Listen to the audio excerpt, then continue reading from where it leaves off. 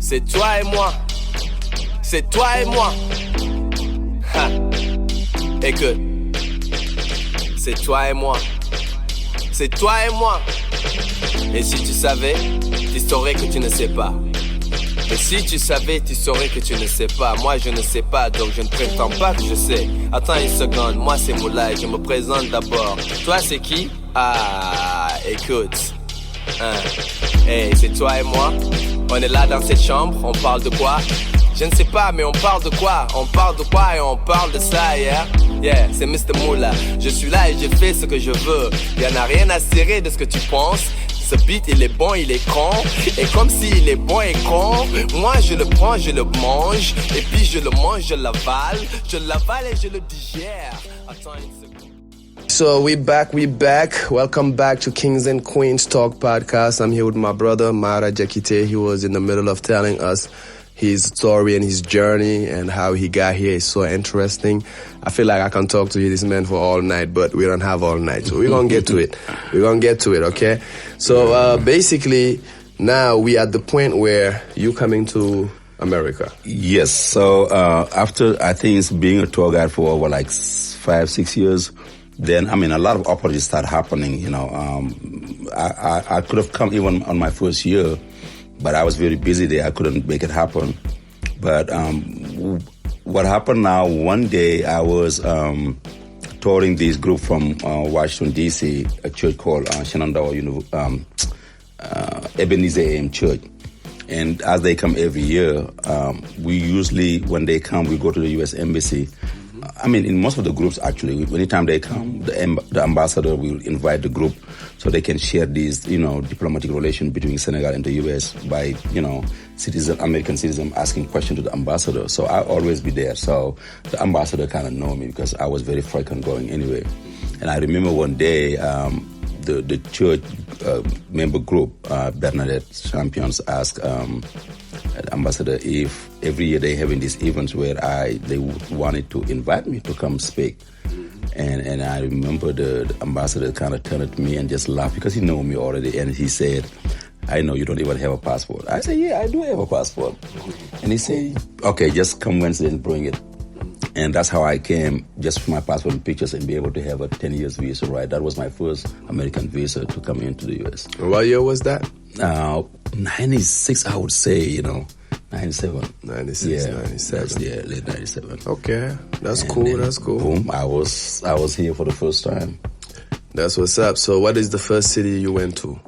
Of course, landing in New York and then Washington, D.C. So you lived in D.C. first? It was not living. I would say my first 5 years in the United States, I didn't even know if I live in the U.S. or So you'll come stay somewhere for a month or two and then go back. Exactly, because I was still working. I'll come as a guy. Talk and then bring the groups and then come. So it just gave me more opportunity to come and go. And at that time, it was better for many of the travel agents I was working with because I could have give more impact by convincing people to travel to Senegal because as a tour guide, I'm here and I'm always going back. So, yeah. Okay. So that's cool. So basically, when was the first time you actually moved here and had your first apartment? Like your first apartment, when was it? I would say after 9/11. Before 9/11, I was just back and forth. I was here, but it was back and forth. I would call. So after 9/11, where was it? In California that you decided? No, it was in DC. In DC? In Washington, D.C. In Washington, D.C. So I came to California in 2008. 2008, okay. So basically you was in D.C., you decided, well, now you're staying maybe a little bit longer here, or your situation. What changed to make you want to get 9/11 make everything change, because before 9/11, tourism, we was very busy. We'd go back and forth. Till 9/11, for the 6 years, everybody know that it was an international crisis. People wasn't traveling nowhere because of security and stuff. So it is affected the tourism very, very well. And at that time, I even thought about going back to Senegal and stay, and I did. I went and I invested into the hotels business, by the ocean, build a little residences where individual groups can come and stay there. And I did that for about 8 years. Okay. Where I'll just come and then go back. But I was mostly there. But your businesses were mostly there? Yes. Okay. I would come here, just spend some, and I would go back. buy some cars, sometime bring it there, sell it. And then you decided, okay, now in 2008 you're gonna stay here some more. So when did you open up your first store? Like, how did that happen? Your African store? Because I know that you do the store, you do the African Village, which is a yearly festival that you started doing. I want you to talk about that, and when did you start that? And also, I just want you to let us know a little bit about how, when you came to America, when was the transition point where you're like, okay, I'm gonna do a store here. I feel like I wanna bring Africa here. Because up to that point, you was more, getting African Americans to Africa. But now I feel like that's the point where you decided to bring Africa to America. Yeah, again, 9/11. So when it's happened, tourism was not happening, so no tour.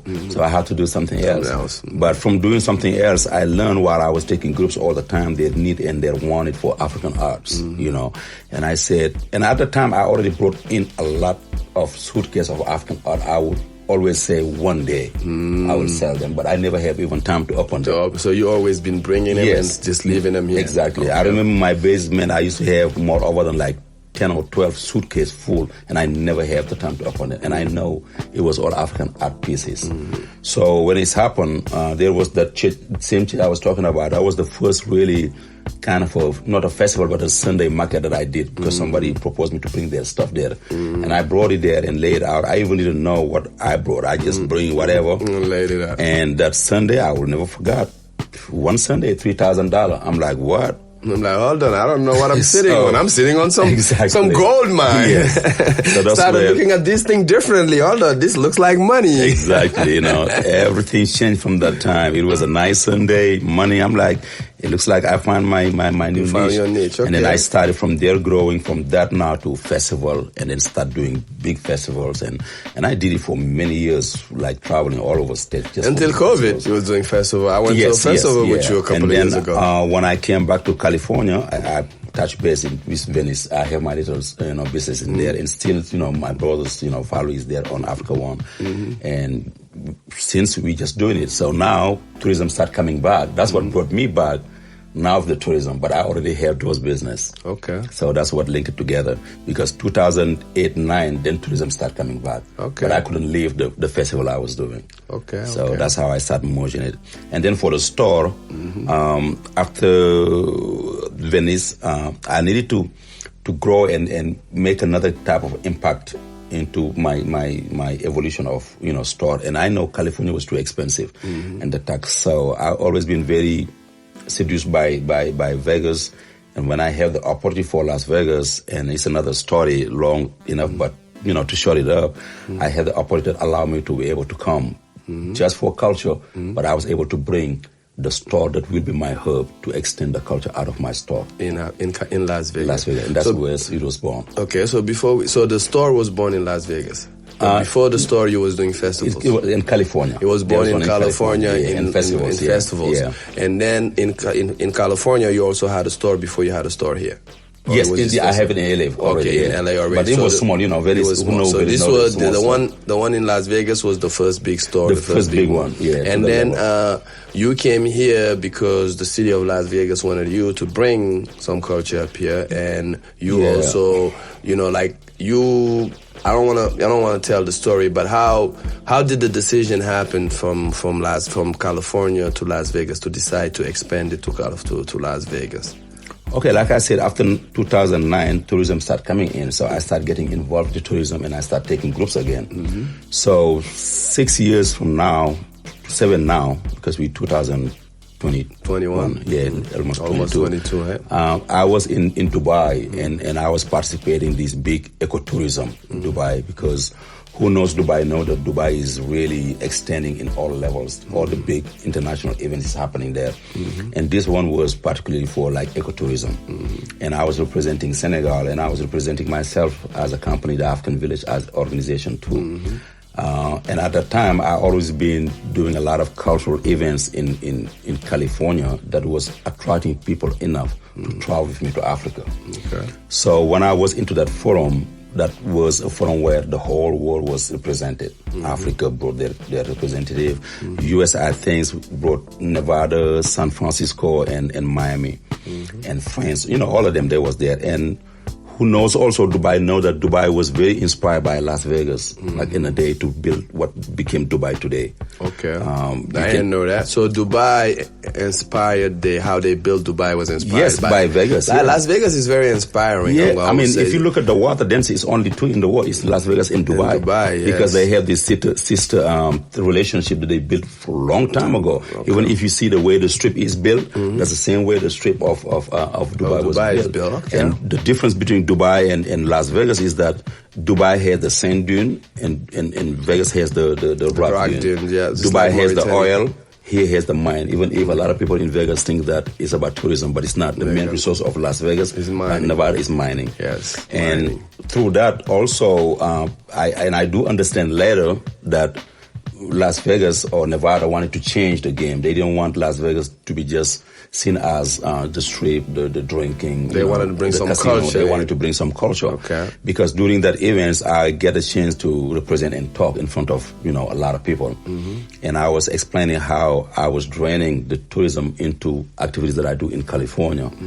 And I guess it was very seduced by some participant that was there, but especially the community that came from Las Vegas. So Las Vegas was interested. Exactly. And I remember even them when they was talking, that was the first time I heard them saying that Raiders is coming to Las Vegas. And I remember I was laughing to say, this is not true, Raiders is not coming. And now you can see the reality. And that was what year? 6 years ago. We're talking about 2000, what about 15? Yeah, something like that. It was 6 years ago for sure. 15. Yeah, so Vegas Raiders was not bad. Yes, just, I'm like, that's very early. So they knew. Yeah, I knew that back in the day they were saying that. They talk about even the NBA bringing diversity of the culture. Yes. They wanted to create ecotourism, and it's happening because ecotourism is sport and culture. Raiders bring, they created the NHL, which is their first hockey team, which is doing well, by the way. They went to the finals in their first season, I believe. This is their third year, I think, or fourth. Yeah. But anyways, I'm not an expert on hockey. But they also have a WNBA team. Now they have the Raiders. I think the only thing missing in Las Vegas is the NBA team.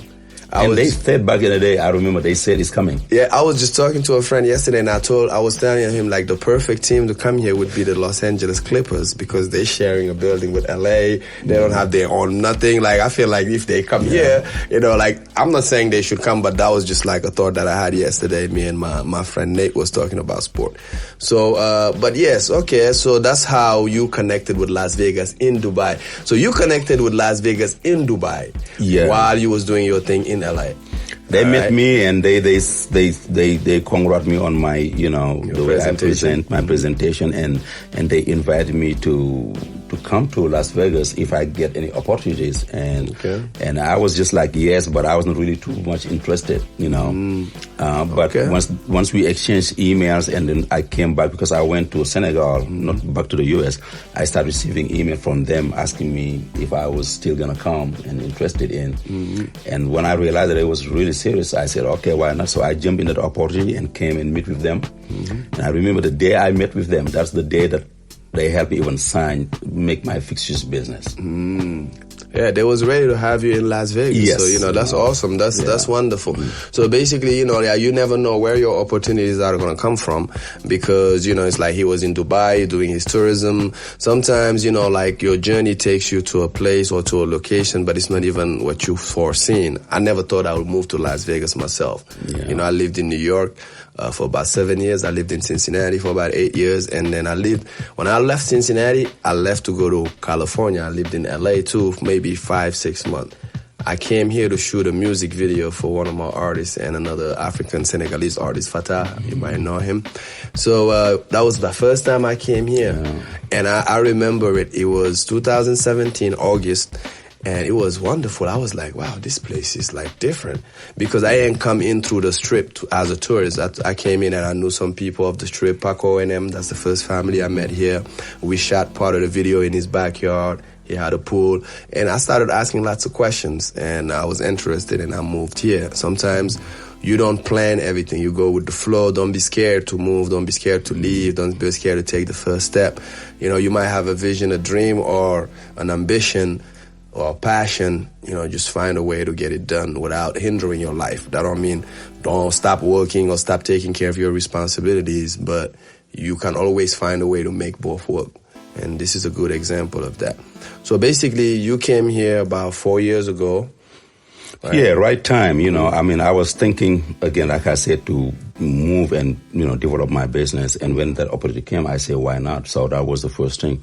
And I knew only 2 people. And, for 4 years, if you can see how it's expanded, that show how Las Vegas has a lot of opportunity for all of us to be rising. And they're very willing as a city to make this culture grow.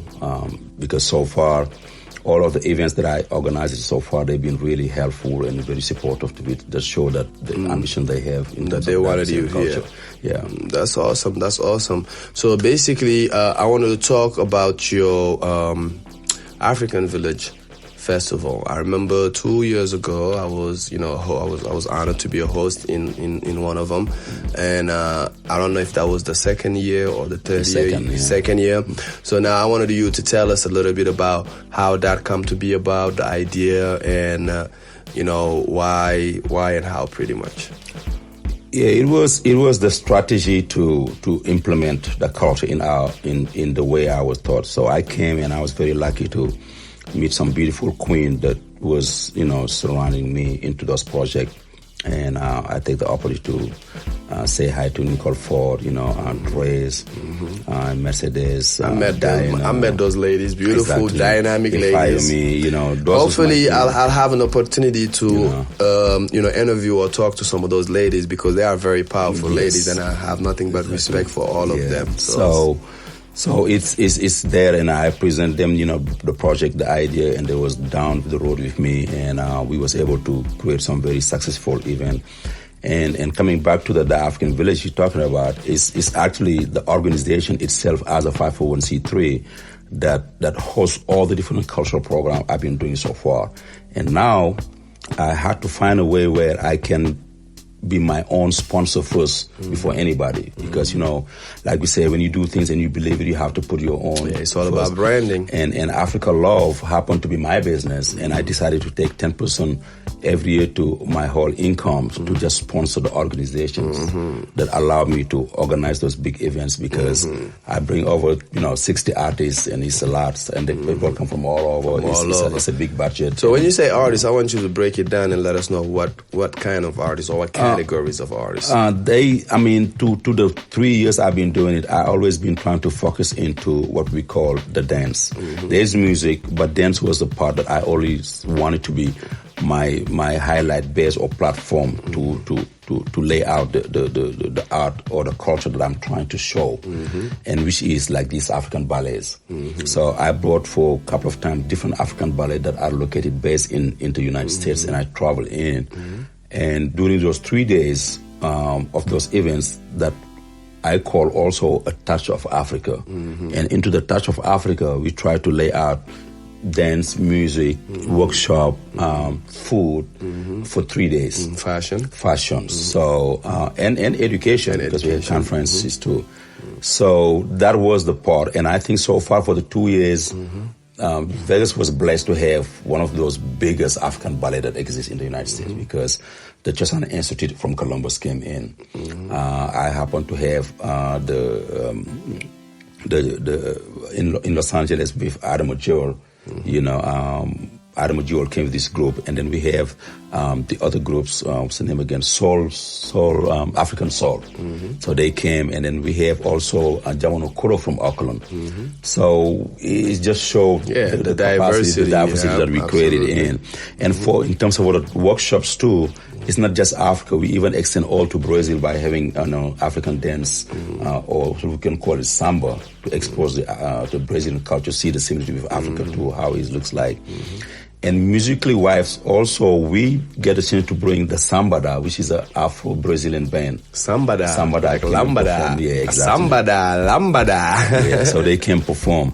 And now we the next is trying to immerse the music little by little into with this feature project we're having in front of us coming in. And I think we will see that from the ballet dancing, music will take another part to bridge the gap. Okay, that's awesome. So you're sharing the culture in so many different angles, from the music, from the food, from the education, from the fashion. So now I had the chance to go to the African Love Store and see what's in there. Like I said, there's lots of articles like arts, even like educational. You can find this book out there, and lots of different clothes, style. The style is there a lot. So if you want to represent or feel the culture, you can go there. But beside all that, you also have some of the material that will actually connect you to the land, to the motherland. You have essence, you have different artworks, and I feel like it's a home away from home. And basically, tell us also where they can find you online, your website. I'm going to make sure that the website is right here so that you can see it. And, tell us a little bit about where they can find you. And then we're going to close by you just telling us a few last words and whatever you want to share with the people that have been here and been following through this thing, through the whole thing. Okay, I mean, as the African Village being a 501c3 that create the platform for all this culture, at the same time, we had the Africa Love, which is the store, and that I'm trying to brand in all the United States as much as I can. Mm-hmm. I'm in 2 states already now, but it's a place that showcase the best of what Africa has. Mm-hmm. That's why I call it Africa Love. I'm from Senegal, but that doesn't mean everything is there from Senegal. Mm-hmm. So I try to bring the taste of what the Senegalese talent can present in the store by a layer of baskets. Mm-hmm. I have like the mud club from Mali. I have Kenya represented by their beads, earrings, jewelry. Everybody know that they're very good when it's come to jewelry and stuff. In terms of raffia, everybody know around the world that Madagascar has the best raffia in the world. So we try to represent them there. I mean, we try to have as many African countries represented to come and showcase their talent. Yeah, so when you come to the store, you don't feel like you just being showcased one country. Mm-hmm. So the Africa Love Story is a pretty good country where you can find from East to West Africa, from North to South, Africa, including Madagascar. Yeah. So he's not covering the whole Africa yet, but at the pace he's going, I'm pretty sure in the next few years you're going to find every piece of Africa in there, and I'm sure that's a goal. But before you give us the last few words, I also want to talk about your future plans, because I know you're working on a lounge, Africa Love Lounge. So the sharing of the culture doesn't stop. Like right now, I don't know where it's at, where the project at, but I know that you shared with me that it's a project that you're working on, and I'm looking forward for it to come to fruition. So I don't know what you can share with us at this moment, but what is that about, and how does that connect to everything? I can really put it to be exclusive, because we've always been trying to move in a very secret way, but since you mentioned it already, it's out there. We can put it as an exclusivity in this broadcast, which deserve it really. I appreciate it. Thank you. So exclusive news. So I'm glad you stayed till this point, because we're breaking news right now. Okay. So it's still in our continuity of what Africa Love is about, by building the bridge of togetherness. We started, as you see, with all these different aspects of culture.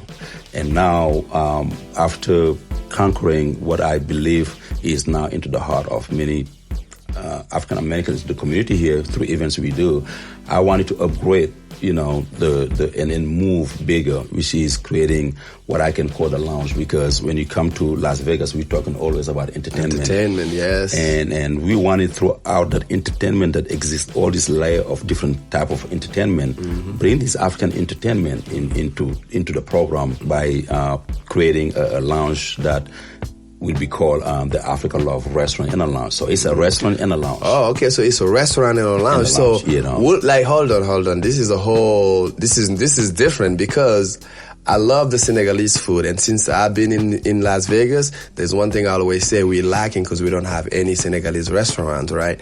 And I have to cook. I'm blessed enough to know how to cook all this stuff, but you mean to tell me that we're going to have chebu yap, mafe, supu kanje on a regular in Las Vegas? Yes. So the idea is to bring the Senegalese food, the Nigerian food, and the Ivory Coast food. Okay. So those are the mix of those three to start with. And, again, just giving the test, be part of, the culture, because we know we have a lot of brothers and sisters who come in town, and, why not present them something that can really, they can stay a little bit away from your big invitation you always do by I know, right? And at the same time, we're going to do it at the restaurant now. Like, exactly. Big cookout at the African Lounge or restaurant. That's what we're going to do. There. and plus, if you look at most of the time how I lay out the business with the culture, we always try to elevate it to the very respect maximum, way. And that's why even you see the store, we're trying to be in a high grade place to, to show. And I believe that's what Africa and its culture needs to be presented. The high class. And for this one, that's where we wanted to go. We wanted to go to where 4 or 5 star. When an air can come, he can be there. They know that a Burna Boy have his place to be, that's all awesome. of them. Yes. So that's what the idea. And at the same time, we have a stage where we will try also to have those local artists that are here to express themselves in a regular basis in the place, because it's a place that's gonna have a stage. We're gonna have live music, and the live open music, mics. exactly, open mic. So basically, you're gonna have food there. You're gonna have entertainment there. You're gonna have a platform for local artists. You're gonna have a platform to provide international artists to come. And like this is a dope idea. And this is exclusive news. Like right now in Las Vegas. I'm not gonna ask you to give us a time frame or nothing. I'm gonna let if you stay tuned, you're gonna know when that place opens up, because I always say that African businesses, we need to aim high and aim for 4 or 5 star things. Like we don't have a 5-star restaurant here, or we don't have many in America. We just satisfied with the little mediocrity. If it works and it generates money, we're good. We're not trying to improve it. And I think that it's good to have a different mindset of wanting something better for us. Like I see other cultures trying to race for building bigger buildings and skyscrapers. Like we need to be on that mindset. We need to reach for the moon, reach for the stars, and this is where it starts. So this is absolutely awesome. This is great news. And what else? Is there anything else you want to add to that? Just keep doing it, and we praying that everything's come right in the right time. So we work on it. We have the place. We working on it right now. So we hoping sometime soon, like I said, we live into what we call inshallah. If we can't give any date, but I know it's approaching soon, and we're working on it. And if you on social media, Africa Love Store, Instagram or Facebook, we're going to lay out all this information in there. We have the website, africalovestore.com. We are in all those different platforms in terms of social media. And you can always reach us also to the place, because, no matter how we have all these onlines and stuff, we want people to come. The location. Because the story is about the bridge, the embassy for us. So we always love to see people. You don't have to shop all the time, but just come, because that's the only place you can come and see 5 or 6 different African countries in one place. Yes. So if you're in Las Vegas, once again, I'm going to tell you where the store is. If you ever come to Las Vegas, if you live in Las Vegas or you're not too far, the store is in Town Square, not Times Square. Times Square is in New York, okay? Town Square is in Las Vegas. So Town Square, and it's a big outdoor mall, and you can just type in your GPS, Africa Love Store, it'll literally pop up. It's the only one here. So basically, if you're here, make the trip. It's worth it. You're not going to regret it. I just went there yesterday and bought an awesome gift for somebody's birthday, and she loved it. That's when I need a gift, when I need to buy something original for someone, that's where I go. Louis Vuitton, I don't even want to say no names, because, we're not in that.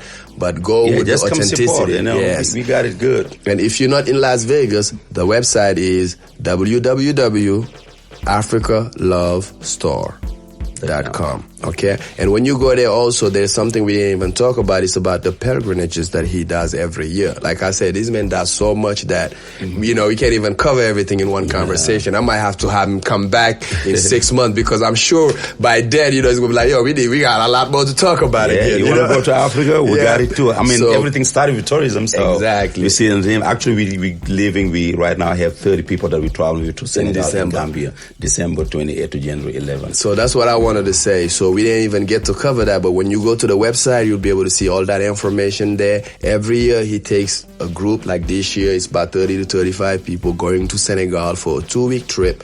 It's from December 28th to January what? January 11. January 11, and it's a great pilgrimage. It's not like a tourism tour, you know, like he's taking care of you. He's taking care of the traveling, where you're gonna stay, the different sites you need to see. So that way you don't even have to worry about, oh, when I go to Senegal, what do I really need to see that's relevant? You know, it's going to be taken care of. So if you feel like you wanted to go, you didn't have a platform, or you didn't know where to start, theafricalovestore.com. Okay? And if you are around New Orleans too, there's a store there. It's 2 so far, and he's aiming for 52 because it's like 52 states here, right? So basically, this is my brother. This was a great conversation, a great, talk. I'm honored to have him. He motivates me. Like, I've been here 4 years, and since I met him, I'm not gonna lie, he motivates me. I see his moves, and it makes me want to make bigger moves. And I'm blessed to have this brother in my life. And this is Kings and Queens Talk Podcast. I hope you have learned something from this talk. If we have made some mistakes, it's from us. Just forgive us. And if you've learned something from this, it's from the higher power. And we all say Alhamdulillah and thank the Most High. And please share this. You got to share it all, because it needs to grow. We need Absolutely. a platform like this to develop and extend, because that's a great, to me, it's part of just what I do. It's the same thing. We can't grow without having something like this. So those end to a road where you need to be part of it. Absolutely. So I want to thank all the listeners of Las Vegas, outside of Las Vegas, outside of Nevada, to share this video once you get it, and subscribe and share, because it's gonna be I'm gonna do some other interviews, some other interesting people gonna come. Subscribe and share. And I know this is in English, and there's a lot of people that I know that I don't speak English. I'm gonna subtitle this in French, so at least if you speak French, you'll be able to read it. It's hard for me to pick a language. I speak 7 languages, but because I want to touch a broader amount of people, I have to choose English because it's the most international language. So don't be mad at me. Ma Wolof sama xarit Wolof yi. I'm going to speak a little bit of Wolof sama mbokk Wolof yi, bandiraɓe Halpulaar, so ninkeñani, mais tout ça we is still in here, but we're gonna pick one international language so we can bring us all together. All right. Thank you very much, and I appreciate your time. Peace.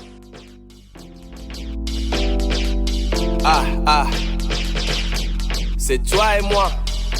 C'est toi et moi.